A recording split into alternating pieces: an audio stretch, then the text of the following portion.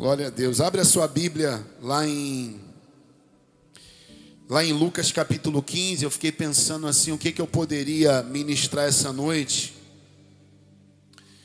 De memória, eu deixo muita memória boa registrada para minha filha Mariana.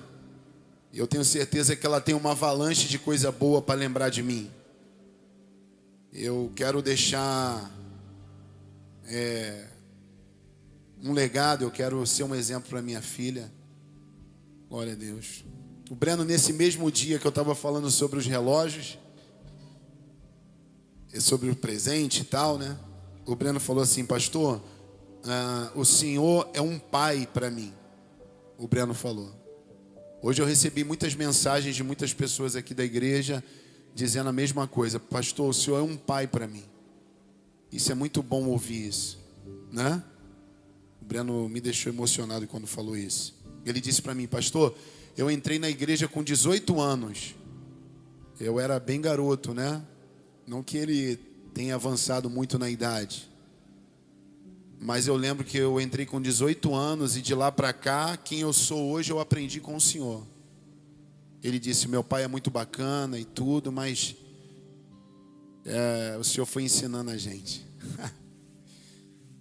Não tem nada que pague isso, né? Glória a Deus. E eu quero te ensinar hoje algumas coisas aqui. Lucas capítulo 15, verso 11, diz assim. É um texto conhecido, mas eu falei, é bem próprio. Diz assim: Jesus continuou: um homem tinha 2 filhos. O mais novo disse ao seu pai: pai, quero a minha parte na herança. Assim ele repartiu sua propriedade entre eles. Não muito tempo depois, o filho mais novo reuniu tudo o que tinha e foi para uma região distante. E lá desperdiçou os seus bens, vivendo irresponsavelmente. Tem tradução que diz que ele gastou com as prostitutas, né? Não é irresponsavelmente, não. Uma outra tradução diz com as prostitutas. Depois de ter gasto tudo, houve uma grande fome em toda aquela região e ele começou a passar necessidade. Por isso foi empregar-se com um dos cidadãos daquela região, que o mandou para um campo a fim de cuidar dos porcos. Ele desejava encher o estômago com as vagens de alfarrobeira que os porcos comiam, mas ninguém lhe dava nada. Diga assim: ninguém lhe dava nada. Amém. Eu quero dizer para você aqui algo assim bem pertinente. Você vê que esse filho, ele vivia muito bem com o pai, com a família. Agora, ele decide, por conta própria, sair daquela comunhão, daquele convívio. E ele faz uma proposta, vamos dizer assim, bem indiscreta, não sei se a palavra é essa, mas algo assim que qualquer pai ficaria bem triste, porque ele reivindica a herança com o pai vivo. Então ele vira para o pai dele e fala: pai, reparta a herança, me dê a minha parte, porque eu já não quero viver aqui, eu quero viver longe, eu quero viver essa vida da minha maneira. Você vê que eu achei bem interessante que esse pai, claro, que Jesus está contando essa parábola aqui, esse pai vai representar o Pai Celestial. Então, achei bem propício falar sobre isso essa noite, apesar de ser um texto conhecido. Você vê que esse pai não proíbe que esse filho saia para uma vida promíscua ou para uma vida distante do pai. Não que esse pai não tivesse zelo pelo filho, talvez que por ele ter zelo, ele preparou esse filho para algo que realmente tinha, o pai, inclusive celestial, tinha para ele. A gente está vivendo uma época que as crianças estão sendo criadas diferente, né? Não quero entrar nesse mérito não, mas eu tenho medo de uma geração enfraquecida, né? Em que o pai não chama atenção para que o filho não tenha nenhum problema psicológico ou coisa parecida. Eu vejo pela rua, nos mercados, em muitos lugares, os filhos mandando no pai e na mãe, né? Eu já vi história, e isso é fato, de um filho pequeno, né, menor de idade, tendo que tomar uma vacina ou uma injeção para ficar bem, para ficar bom, e o filho dizer, não, eu não quero. E ali a mãe dizia, não, se o meu filho não quer, se a minha filha não quer, então não vai tomar vacina nenhuma, e pronto, eu vou embora para casa. Então, até para uma coisa que é bom para a saúde do filho, a vontade do filho prevalece. É um negócio que eu estou ficando um pouco assustado, né? Você sabe que na nossa época era mais... Então foi se criada uma geração mais fortalecida. Talvez para a gente compensar, né, algo que aconteceu de ruim com a gente em algum momento, ou em alguns momentos, a gente quer dar tudo para os nossos filhos, né? E nós usamos esse argumento dizendo isso, o que eu não tive você vai ter. O problema é fazer isso sem um limite, sem freio. E você sabe que a sociedade precisa de freio. Por isso existem as leis, né, para que sejam cumpridas. Porque se não tiver lei, as pessoas vão estar sempre passando dos limites, né? As leis precisam estar sendo estabelecidas para que uma sociedade ela desenvolva de uma maneira um pouco mais sadia. Porque senão a coisa sai do controle. Infelizmente os pais hoje não todos, mas alguns, talvez muitos, não sei, mas não estão criando os seus filhos de uma maneira um pouco mais contundente. Vamos ver o que vai acontecer na próxima geração, os filhos desses filhos agora. Bom, talvez eu não esteja lá para ver, mas é algo que pode assustar. Por isso que a igreja tem que continuar trabalhando. A gente reclama do Congresso, né? Reclama que os deputados, os senadores não são boas pessoas, né? Elas são pessoas que talvez não têm muita honestidade, né? E não adianta, eles já estão adultos, só Deus mesmo vai ter misericórdia.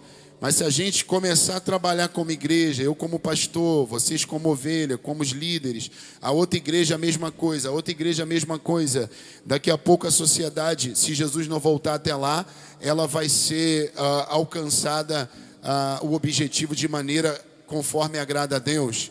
A gente está pensando lá no topo, mas na verdade tem que começar por baixo. Por isso a importância de eu e a minha esposa, por exemplo, colocar um GC para as crianças na nossa casa. A gente ser anfitrião para que essas crianças... Pastor, mas são poucas crianças, meu irmão.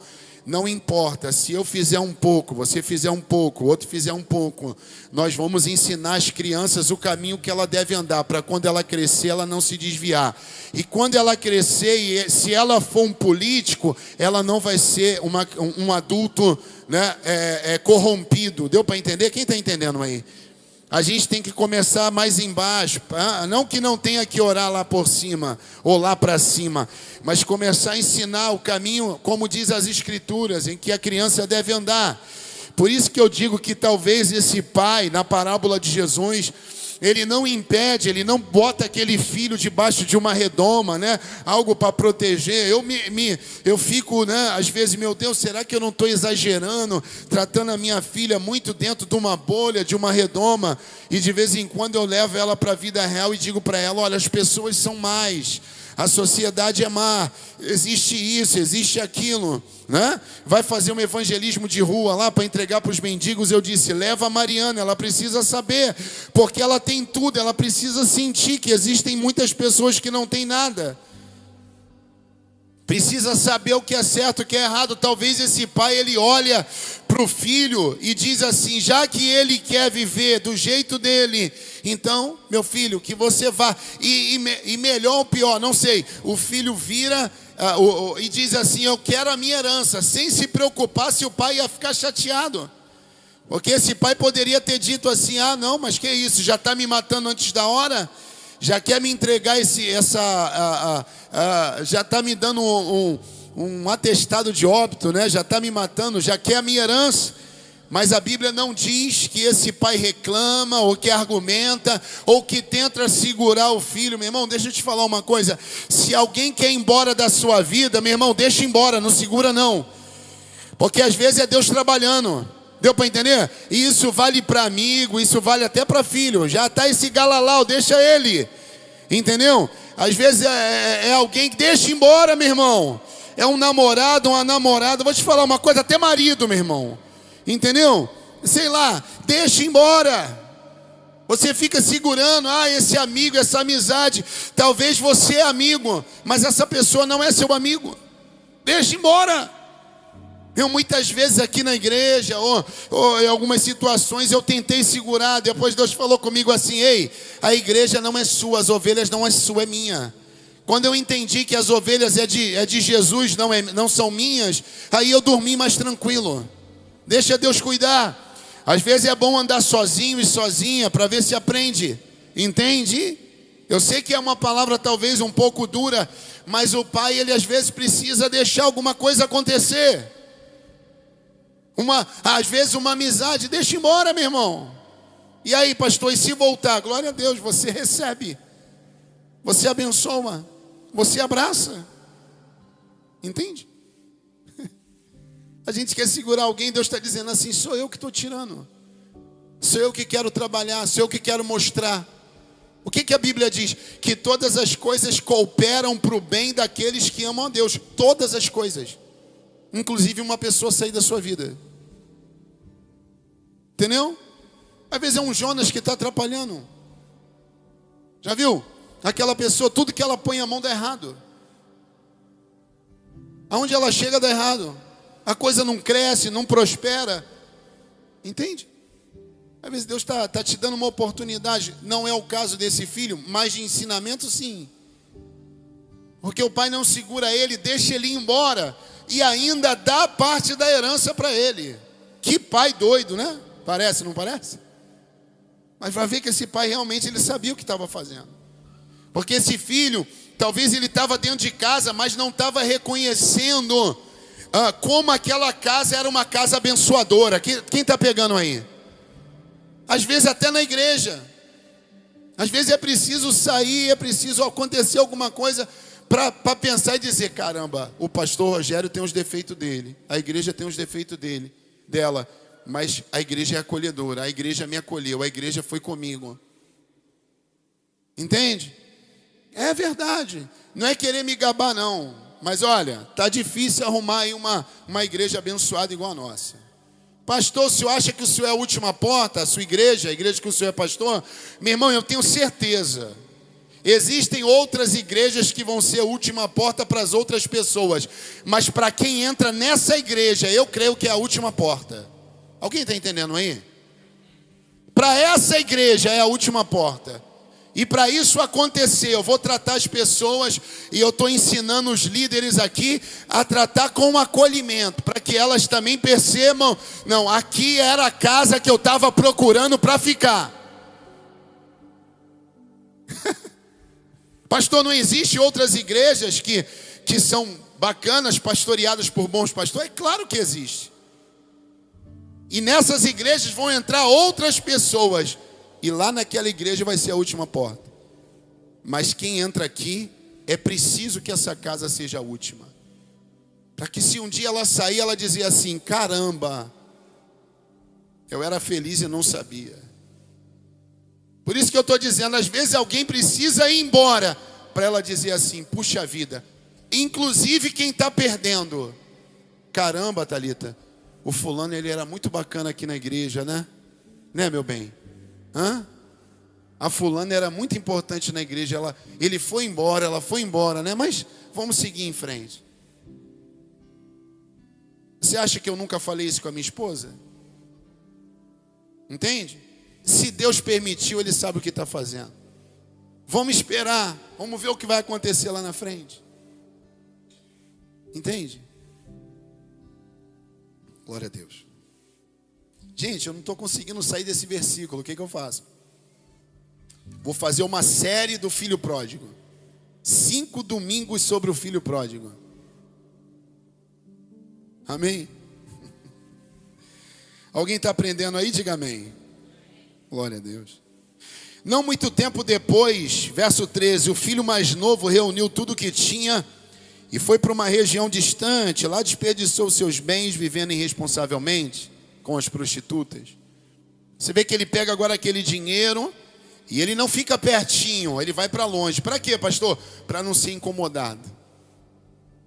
Você vê que as pessoas, quando elas não querem ser confrontadas, elas saem de perto de alguém que pode confrontar ela. Entende? Talvez alguém não quer estar perto de você, que você está dizendo para ela, esse não é o caminho. O caminho de Deus é esse. Sai dessas amizades, sai disso, sai daquilo. Cuidado, vamos para a igreja comigo. Vamos buscar Deus. Vamos para o GC. Entende? Quando alguém vai para outro estado, ou para um outro lugar, ou para um lugar mais novo, claro, cada um no seu propósito. Mas é tomar cuidado. E, por exemplo, no caso desse aqui, foi para fazer coisa errada lá fora. Porque lá fora, lá eu posso fazer. Em outro lugar eu posso fazer. Você que já foi mais jovem, quantas vezes você quis ficar longe do teu pai para fazer bobagem? Não precisa ser em outro estado, nem em outro país, em outra cidade. O que esse garoto quis foi sair, ir para longe. Não estou dizendo alguém que vai por causa de qualquer outra coisa, mas especificamente ele queria ir para longe para ficar à vontade, fazendo aquilo que era errado, sem ser incomodado. Porque as pessoas normalmente não querem a disciplina. Eu também não gosto. Entende? E aí ele vai gastar todo o dinheiro irresponsavelmente. E aí diz aqui, depois de ter gasto tudo, houve uma grande fome em toda aquela região. E ele começou a passar necessidade, por isso foi empregar-se com um dos cidadãos daquela região, que o mandou para o seu campo a fim de cuidar de porcos. Ele desejava encher o estômago com a comida que os porcos comiam.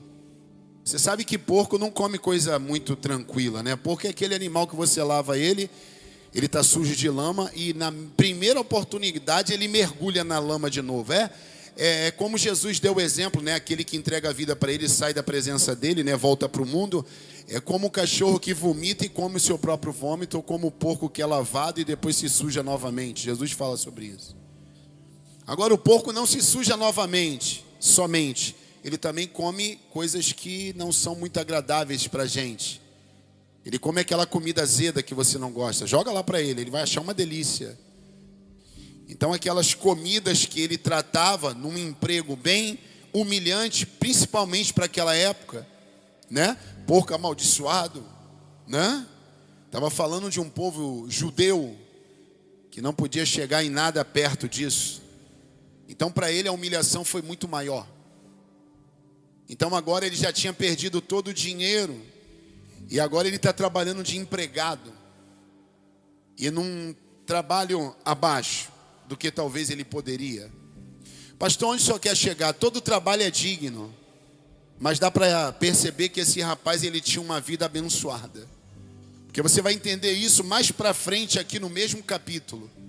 Você vai entender que esse homem tinha muitas posses, o pai. Tanto que ele fica de olho na herança. Esse filho, mesmo que ele trabalhasse com o pai, igual o irmão mais velho, você vai perceber que ele tinha uma vida tranquila. O pai dele era fazendeiro, dono de muitas posses. Então você pensa bem, o camarada agora ele está cuidando de porcos e está querendo comer da comida dos porcos, porque a fome bateu. Por isso que eu disse que às vezes Deus permite que o dia mau, como o Thales ministrou aqui, aconteça na minha e na sua vida, porque são nesses dias que talvez a gente vai parar para analisar. Porque enquanto está fazendo compra no shopping, como eu digo aqui sempre, né? Passeando em Paris, né? Se bem que Paris agora não está muito bonito mais não. Mas enquanto está passeando aí, meu irmão, mas no dia mau, aí reflete. Por isso que Salomão diz que é melhor estar num sepultamento, né? Claro, de uma pessoa, né? Num dia do sepultamento de alguém, ali no velório, do que estar numa festa. E Salomão, na sua infinita sabedoria, ele disse isso com muita sabedoria. Porque numa festa ninguém pensa em nada. Ele diz que o mundo acabe, vamos embora, né? E se arrisca de toda maneira, bebe, se relaciona com tudo quanto é homem, tudo quanto é mulher, e vão embora, e entra no carro e acelera, não é assim? Está na festa. Mas quando você vê aquele defunto principalmente se for um ente querido ou um amigo, né, uma pessoa de longa data, com aquele algodão assim no nariz, deitado assim, Você vê que se for num acidente de carro, o camarada volta para casa devagarinho, ele nem acelera, bota o cinto, mexe no airbag, será que vai funcionar? Porque ele veio no sepultamento de alguém que morreu de acidente de carro. Então, na hora de um sepultamento, né, na hora daquele dia triste, a pessoa começa a dizer: meu Deus, para onde eu vou? Para onde essa pessoa foi? A alma dela foi para onde? Se for alguém que tem um pequeno entendimento, será que ela entregou a vida para Jesus? Aonde ela está agora? Entende? Porque Jesus disse para aquele ladrão na cruz, ainda hoje, né, ele se arrependeu, e Jesus disse: ainda hoje estarás comigo no paraíso. Fechou o olho, meu irmão, se estiver com Jesus, está com ele lá. Vai ter o juízo, o dia do juízo, todo mundo vai ser julgado, mas os salvos já vão estar salvos. Jesus disse: eu sou o caminho, a verdade e a vida, ninguém vem ao Pai senão por mim. Todo aquele que me confessar diante dos homens, eu confessarei diante do meu Pai que está no céu. Por isso que quando as pessoas vêm, está lá em João, no Evangelho de João, vem aqui na frente, eu falo assim: repete comigo, eu confesso que Jesus Cristo é o Senhor e Salvador da minha vida. Porque está escrito: todo aquele que confessar diante dos homens, Jesus disse, eu o confessarei diante do meu Pai que está nos céus. O caminho é Ele, é Jesus, não tem outro. Amém? Então, no dia mau, alguém estendido ali no caixão, querendo comer a comida que está servindo os porcos, depois de ter uma vida de príncipe. Não é para todo mundo não, tá? Porque tem gente que pode comer até lavagem, mas não cai em si. Mas para muitos funciona. É nesse dia mau que você pensa: puxa vida, eu podia estar lá. Eu podia estar perto lá do meu pai, eu podia estar perto da minha mãe, eu podia estar com meu marido, eu podia estar com a minha esposa, eu podia estar juntinho com a minha família, eu podia estar na igreja, eu poderia estar em comunhão, poderia estar com a minha família, mesmo com defeito. Agora eu estou aqui, sozinho, sem ninguém, tentando preencher um vazio que só Jesus pode preencher. Meu irmão, pode beber, pode se drogar, pode namorar um, namorar outro, meu irmão. Se não tiver Jesus aí dentro para preencher, vai ter um vazio eterno. Esse vazio que talvez está dentro de você, que você tanto almeja e procura, quem sabe é do tamanho de Deus. E não é porque você está dentro da igreja não, porque talvez há algo que Deus precisa fazer dentro de você. Não se garanta porque você canta aqui no altar. Não se garanta porque você ministra uma palavra. Não se garanta porque você orou e alguém foi curado. Não se garanta porque você falou de Jesus para alguém e esse alguém entregou a vida para Jesus. A Bíblia diz que sem santidade ninguém verá a Deus. Lá em Apocalipse está escrito que muitos vão dizer: Senhor, Senhor, mas eu curei em teu nome, eu falei em novas línguas. E ele vai dizer: aparta de mim, que eu não te conheço. Jesus quer um relacionamento, entende? E Ele pode usar o dia mau para que você se relacione com Ele. Quem sabe hoje é o dia para você se relacionar com Ele? Quem sabe? Começar um relacionamento. Aí a Bíblia diz aqui no verso 17: caindo em si, ele disse: quantos empregados do meu pai têm comida de sobra e eu aqui morrendo de fome? Você vê que nesse dia mau está escrito: caindo em si. Hoje é a noite de você cair em si. Hoje é a noite de você voltar para o primeiro amor. Entende? Hoje é dia de você recomeçar aqui na igreja, né? Você que era crente, não é? Você que está crente mais ou menos, ou você que precisa recomeçar. Você que tem mágoa, você que tem ressentimento, você que olha para alguém com tristeza, com amargura, com raiva. Eu sei que não é fácil lidar com esses sentimentos, mas está na hora de você se livrar disso e recomeçar, né? Aquela canção, quero voltar ao início de tudo, encontrar-me contigo, Senhor. Entende? Precisa voltar. Precisa estar na presença dele. E aí, ele cai em si. E no verso seguinte diz assim, ele falando consigo mesmo. Quem sabe hoje é a noite de você falar consigo mesmo. Eu me porei a caminho e voltarei para o meu pai. Ele caiu em si. E lhe direi, pai, pequei contra ti, contra o céu e contra ti. Não sou mais digno de ser chamado teu filho. Trata-me como um dos seus empregados. Você vê que ele estava dizendo para si mesmo. Caiu em si e disse para si mesmo, hoje mesmo eu vou voltar. E vou falar com meu pai. Hoje mesmo eu vou conversar com meu pai. Na hora que eu chegar lá, eu vou dizer para ele, pai, eu sei que eu pequei contra Deus e contra o Senhor. Contra os céus e contra o Senhor. Mas me dá uma nova oportunidade. E se o Senhor não quiser me receber como filho, você vê que a situação dele, gente, estava tão terrível, que ele estava dizendo assim, nem quero ser recebido como príncipe. Pai, me recebe pelo menos como um empregado, que eu já não aguento mais isso que eu estou vivendo aqui. Nessa hora, todo o dinheiro ele já tinha gasto. As mulheres que ele teve já não estavam com ele. Os amigos de copo, já tinham abandonado ele. O dinheiro tinha acabado. Agora ele estava sozinho, cuidando de porco e querendo comer a comida que ele dava para os porcos. Fala a verdade, se esse pai lá atrás não teve sabedoria. Mesmo parecendo ser um pai malvado, deixou o filho sair de casa e quebrar a cara por lá. Não, esse pai queria que esse filho amadurecesse. E deu certo. Agora esse filho está tão amadurecido que ele não quer voltar para ser o filhinho do papai. Ele quer voltar para ser empregado do pai. Entendeu? Tem coisa que Deus vai apertar em você assim, Se você não quiser aprender por bem, Ele vai apertar. Sabe como é que é apertar? Apertar. Entendeu? A ponto de você falar, Senhor, eu queria cantar no altar, mas deixa eu varrer, deixa eu limpar o vaso da igreja.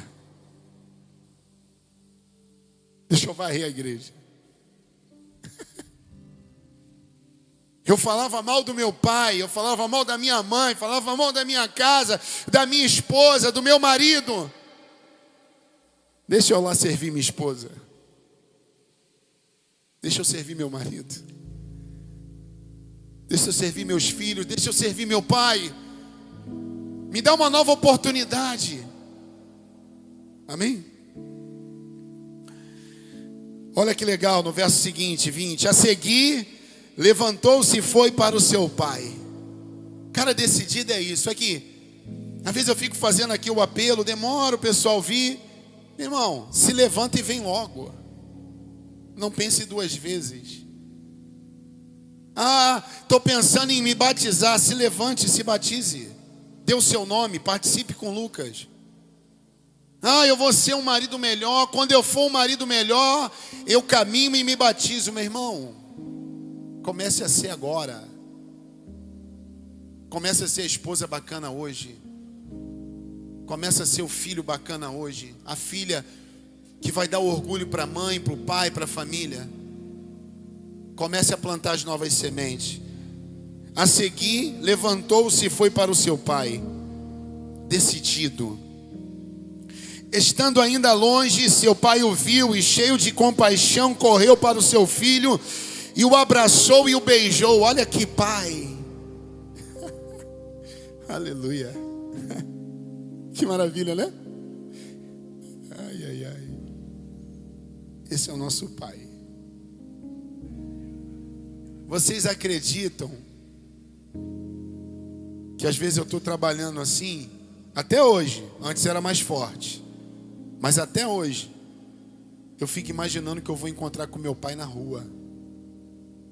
Eu crio uma fantasia ali em alguns segundos. E ele vai dizer para mim assim: foi um mal entendido, filho, eu não morri não, eu estou aqui, vem cá, me dá um abraço.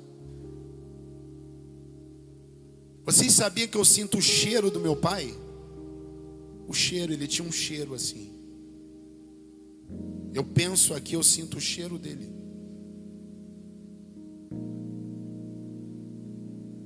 Eu lembro que ele me abraçava, dava um tapa assim no meu ombro assim, todo orgulhoso, e dizia assim: pimpolho grandão, vem cá, dá um abraço aqui no teu pai. É esse abraço aqui. Esse pai vê o filho vindo de lá, de longe, está escrito aqui. Talvez esse pai olhou assim, de longe, e disse assim: eu não acredito, mas talvez seja uma miragem, mas é o meu filho que está vindo ali. O que o Senhor espera de você hoje é isso. O que Deus espera de você hoje é isso.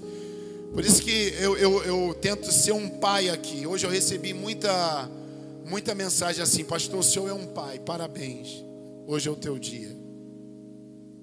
Você que não mandou a mensagem, não se preocupe.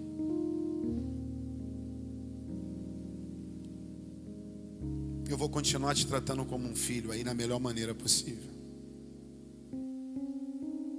Então eu fico imaginando que eu vou encontrar o meu pai e ele vai me abraçar, e vai abrir os braços e vai me abraçar. No início eu pensava isso muito. Entendeu? Mas isso não vai acontecer. Só na glória. Se ele foi salvo, que eu espero que sim. O filho lhe disse: pai, pequei contra o céu e contra ti, não sou mais digno de ser chamado teu filho. Eles têm aquele encontro, né? E eles se abraçam ali, se beijam, né? Batem assim. E aí ele olha, eu imagino ele olhando para o pai dele dizendo: pai, eu fiz a maior bobagem da minha vida. O Senhor me perdoa? Eu pequei contra o céu, pequei contra ti. Aquilo que ele havia treinado e dito para ele mesmo, agora ele fala para o pai dele. De fato, não sou mais digno de ser chamado teu filho. Mas o pai disse aos seus servos: depressa. Lembra que eu falei que o pai era rico? Verso 22, disse aos seus servos: depressa, rápido. Vamos preparar aqui um banquete, uma festa. Olha que bacana como a gente aqui está no caminho certo, a igreja aqui. Vocês notam como esse pai recebe esse filho com acolhimento, com amor, com um abraço, com carinho, fazendo uma festa? Está vendo como as pessoas gostam de ser acolhidas, bem recebidas, com um sorriso, com um abraço? Aleluia. Esse pai não recebeu o filho apontando o dedo, não. Eu falei no outro culto e vou repetir: não é sobre apontar dedo, é sobre estender a mão. Esse pai não aponta dedo, mas ele estende a mão e diz assim: vem cá, filho, vem comigo, vem comigo. Depressa, tragam a melhor roupa e vistam nele. Coloque um anel no seu dedo e calçado nos seus pés. O calçado representa o quê? Meu filho não é mais escravo. Agora ele é filho novamente. Porque naquela época o escravo andava descalço. E ele estava dizendo assim: não é mais escravo do pecado, nem da solidão, nem da miséria. Nem de nada quanto é ruim, ele está de volta. Calça uma sandália no meu filho aí. Bota uma roupa, bota um anel de honra no dedo dele. Porque o meu filho é meu filho. Aleluia. E ele diz, traga o novilho gordo e matem-no. Vamos fazer uma festa e alegrar-nos. Pois este meu filho estava morto e voltou à vida, estava perdido e foi achado. Olha o que ele diz, vamos fazer uma festa porque esse meu filho estava morto. Agora ele tem vida, estava perdido e agora foi achado. Não apontou, mas fez uma festa. E começaram a festejar o seu regresso. Enquanto isso, o filho mais velho estava no campo. Quando se aproximou da casa, ouviu a música e a dança. Então chamou os servos e perguntou-lhe o que estava acontecendo. Ele lhe respondeu, seu irmão voltou e seu pai matou o novilho gordo, porque o recebeu de volta são e salvo. O filho mais velho encheu-se de ira e não quis entrar. Então seu pai saiu e insistiu com ele, mas ele respondeu ao seu pai, olha, todos esses anos tenho trabalhado como um escravo ao teu serviço e nunca desobedeci às tuas ordens, mas tu nunca fez nem um cabrito, uma festa, nem um cabrito para festejar com os meus amigos. Mas quando volta para casa esse teu filho que esbanjou os seus bens com as prostitutas, matas um novilho gordo para ele. Enquanto o pai recebeu ele com os braços abertos, o irmão apontou e julgou. Se o irmão estiver te apontando e te julgando, em nome de Jesus, Deus vai me dar graça, eu vou te acolher. Irmão da igreja, porque não pense que a igreja não tem irmão que aponta defeito do pastor. Já viu o pastor, o que o pastor fez? Viu a pastora? Viu o irmão A, viu a irmã B, meu irmão?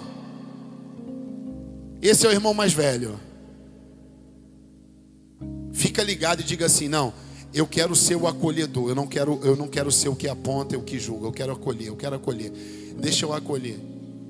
Quando vier o irmão mais velho falar com você, o irmão da igreja vier falar mal e tal, você fala assim, não, vamos somar aqui, vamos acolher, vamos abençoar, vamos amar, vamos ensinar, vamos dizer qual é o caminho.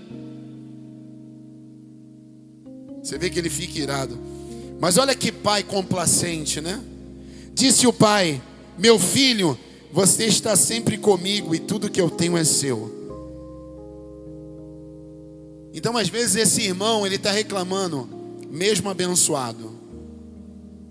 Amém? Está no meio de nós sendo abençoado e...